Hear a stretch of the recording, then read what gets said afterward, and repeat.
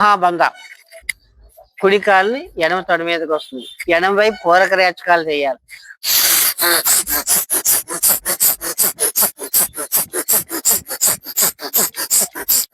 చేసి మొత్తం గాలి అంతా వదిలేసి త్రిబంధాలతోటి బంధించాలి. ఇది మహాబంధ.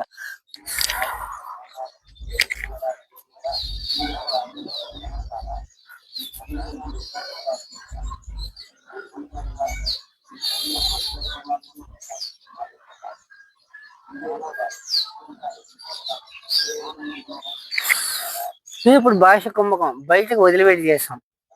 ఇదే ముద్రను మళ్ళీ అంతర్ కుంభకంలో చేస్తాం.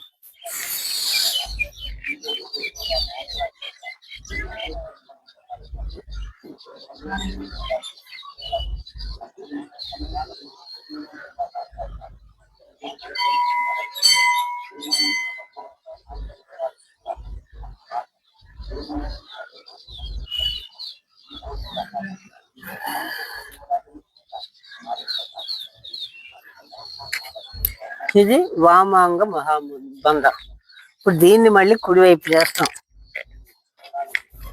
కుడికాలు మూలాధారంలో పెడతాం. ఎడమ తొడ మీద కుడి పాదం పెడతాం. కుడివైపు పూరక రేచకాలు చేస్తాం.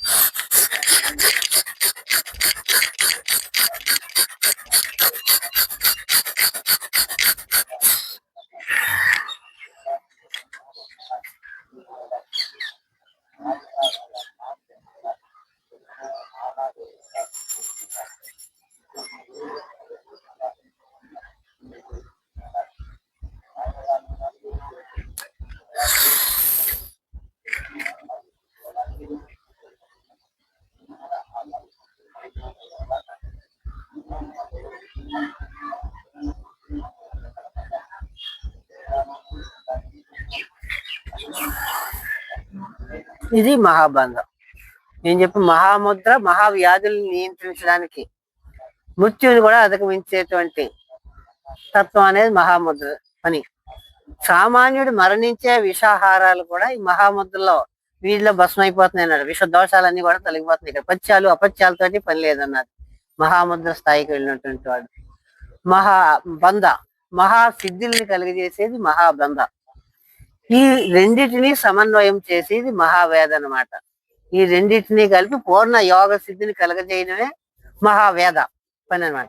ఈ ముద్రలు అంటే ఈ మూడు ఏంటంటే ముద్రాత్రయం అన్నారు. ఒకటి అభ్యాసం చేస్తే కుదరదు. మూడు ఏంటంటే ఒక సెట్గా అభ్యాసం చేయాలి.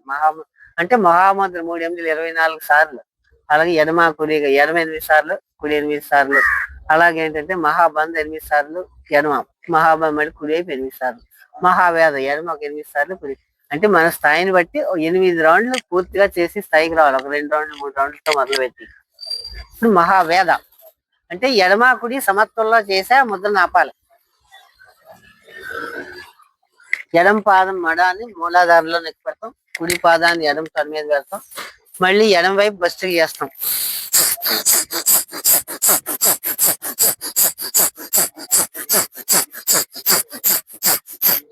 గాలి అంతా వదిలేసి బంధిస్తాం మహాబంధలో అలాగే.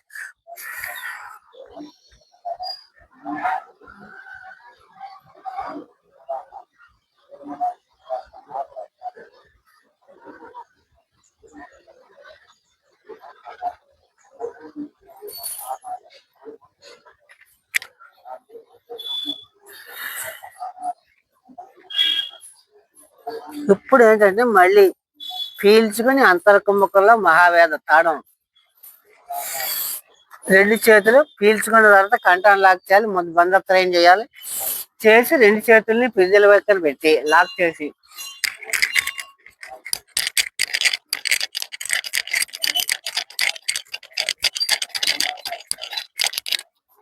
ఆ మడంతో పాటు లేచి పిల్లలు నేల కొట్టాలన్నమాట.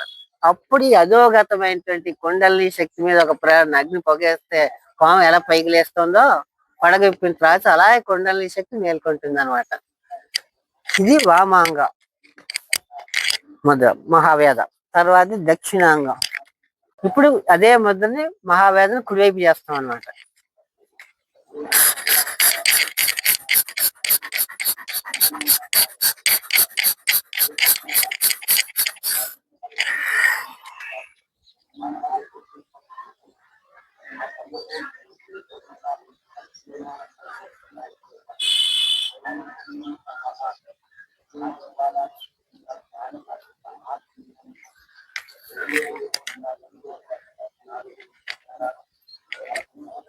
ఇప్పుడు ఏమిటంటే పీల్చుకొని అంతర్కుంభకం చేసి తాడనం చేయాలి.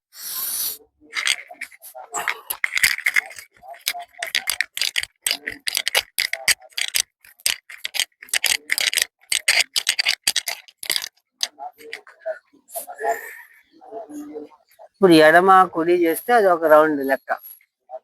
అలాగ మన స్థాయిని మనం ఎన్ని చేయగలుగుతాం అన్ని ఎడమ వైపు కుడివైపు సమత్వంగా చేయాలి. చేసి ముద్ర నాపాలన్నమాట. ఏంటంటే మనకి శంకరాచార్యులు వాళ్ళు కూడా సర్వ ముద్రలోనే కేచరి అంటారు.